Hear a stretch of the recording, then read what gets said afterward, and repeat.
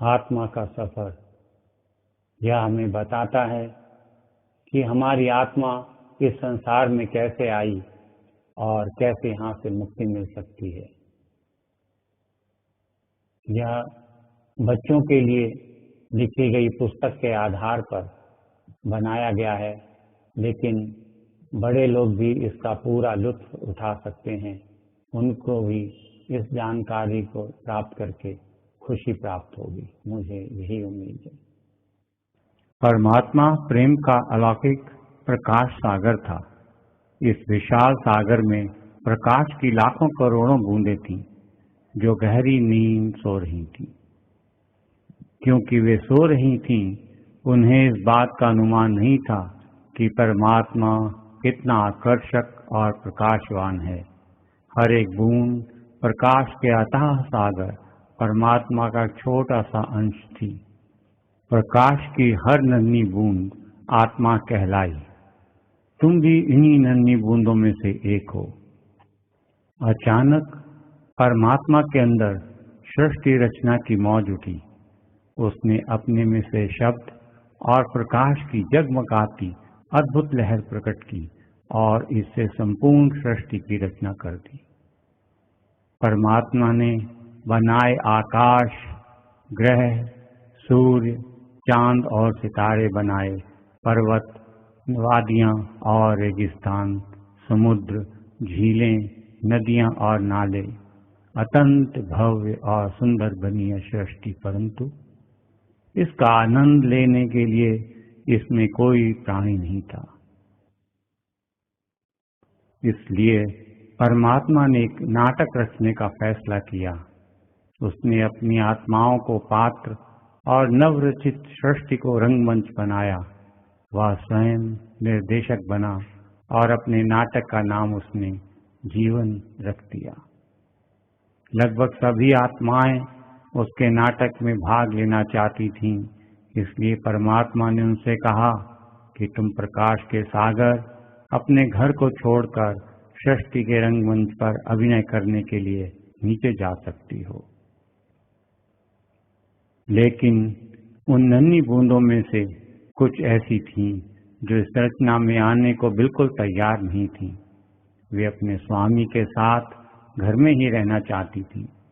पर परमात्मा ने उनसे भी कहा कि जाओ, तुम भी मेरे नाटक के पात्र बनने का आनंद लो।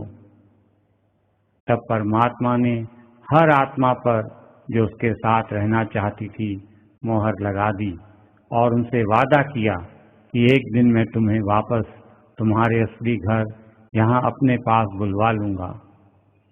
बाकी आत्माओं से परमात्मा ने कहा कि अगर तुम भी कभी घर लौटना चाहो तो मैं तुम पर भी मोहर लगा दूंगा और अपनी अपार दया मेहर से निज घर वापस पहुंचने में तुम्हारी भी सहायता करूंगा। और इस तरह परमेश्वर की इच्छा अनुसार सभी नन्ही बूंदों ने अपना असली घर छोड़ दिया। अनेक शानदार और आश्चर्यजनक मंडलों में से होती हुई अंत में वे इस संसार के रंगमंच पर उतरी और आज यहाँ हम रह रहे हैं। नाटक अब शुरू होने के लिए तैयार था।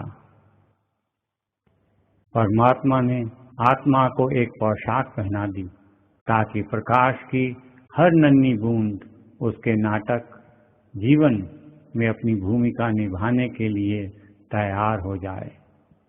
आत्मा की इस पोशाक को शरीर कहते हैं। धरती पर हर आत्मा के शरीर की पोशाक पहनी हुई है। आत्मा जितने समय के लिए एक शरीर धारण करती है और जीवन के नाटक में निर्धारित भूमिका निभाती है, उसे एक जन कहा जाता है। कुछ आत्माओं को पेड़ पौधों के शरीर दिए गए, कुछ को कीड़े मकोड़ों, सांप, बिच्छुओं आदि के। कुछ आत्माओं को परमेश्वर ने मछलियों और पक्षियों के शरीर दिए और कुछ को पशुओं के।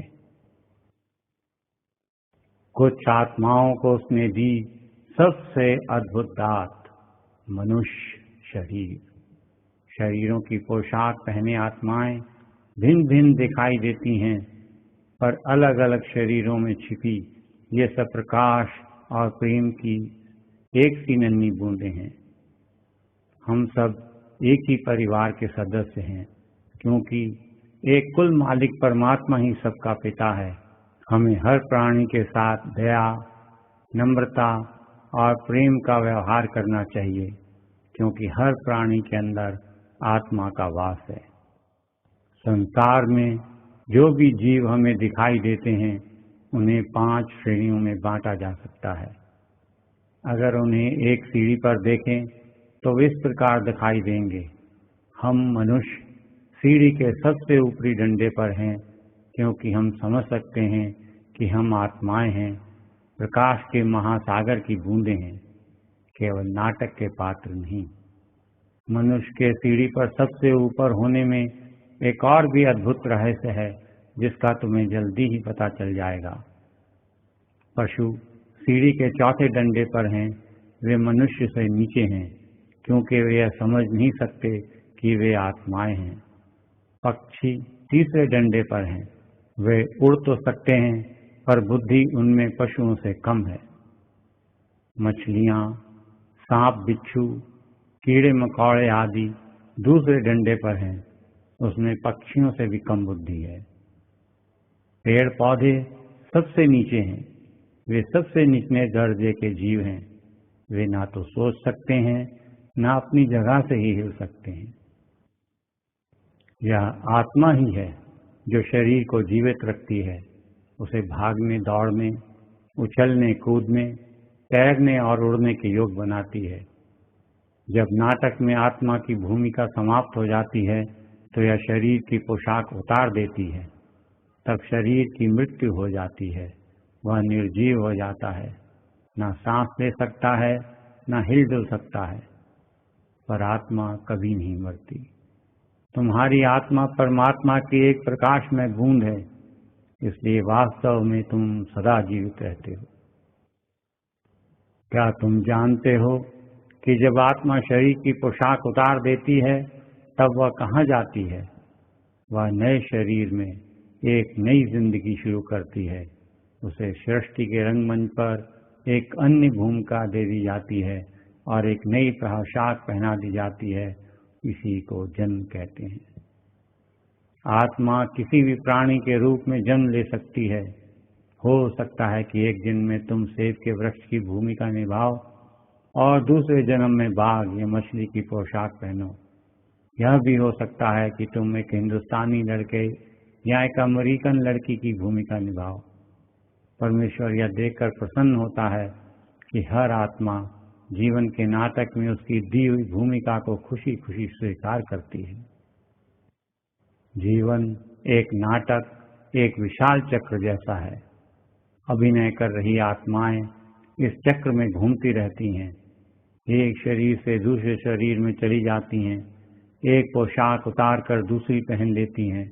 इस तरह से वे अपने लाखों करोड़ों जन्मों में अलग अलग भूमिकाएं निभाती हैं। परमात्मा ने अपना नाटक इस ढंग से रचा है कि यह एकदम वास्तविक लगता है।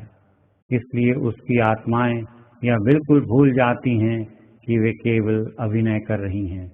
कभी कभी जीवन में जो घट चुका है या घटने वाला है, उसके बारे में उन्हें चिंता होती है, पर जो होता है उसके बारे में परमात्मा चिंता नहीं करता, क्योंकि वह निर्देशक है और जानता है कि जीवन केवल एक नाटक है।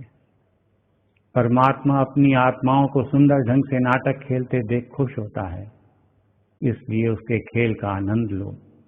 नाटक में जो कुछ भी तुम्हारे साथ हो रहा है, उसमें खुश रहो और निर्देशक के प्रति कृतज्ञ बनो। जब कभी कोई दुखमय या कठोर दृश्य आ जाए, तो याद रखो कि तुम केवल एक भूमिका निभा रहे हो। वास्तव में तुम आत्मा हो, परमात्मा के ही प्रकाश की एक निर्मल बूंद। इसलिए उसका प्रेम, उसकी शक्ति और उसका गौरव सब कुछ तुम्हारे अंदर है। परमात्मा से बातें करो, उसका प्रकाश अपने अंदर महसूस करो। ऐसा महसूस करो कि वह तुमसे प्रेम करता है और तुम्हें नाटक में अपनी भूमिका भली भांति और साहसपूर्ण निभाने के लिए आवश्यक शक्ति दे रहा। इसी को परमात्मा का विश्वास करना कहते हैं। यदि तुम उसे सदा याद रखोगे और उस पर विश्वास करोगे तो अपने अंदर खुशी महसूस करोगे, चाहे जीवन के नाटक में कुछ भी होता रहे। जब परमात्मा चाहता है कि कोई आत्मा घर लौट आए तो वह उसके अंदर गहरे अकेलेपन की भावना जगा देता है और उसे ऐसा लगता है जैसे उसका कुछ खो गया हो। यह परमात्मा का आत्मा को याद दिलाने का एक निराला ढंग है कि उसका असली घर इस संसार में नहीं बल्कि प्रकाश के सागर में है, जहाँ से वह आई है। मनुष्य शरीर को इतना महत्वपूर्ण इसलिए माना जाता है क्योंकि केवल इसी शरीर में आत्मा परमात्मा का नाटक सदा के लिए छोड़कर अपने घर लौट सकती है। परमात्मा ने हर मनुष्य के अंदर एक अदृश्य और गुप्त द्वार रखा हुआ है।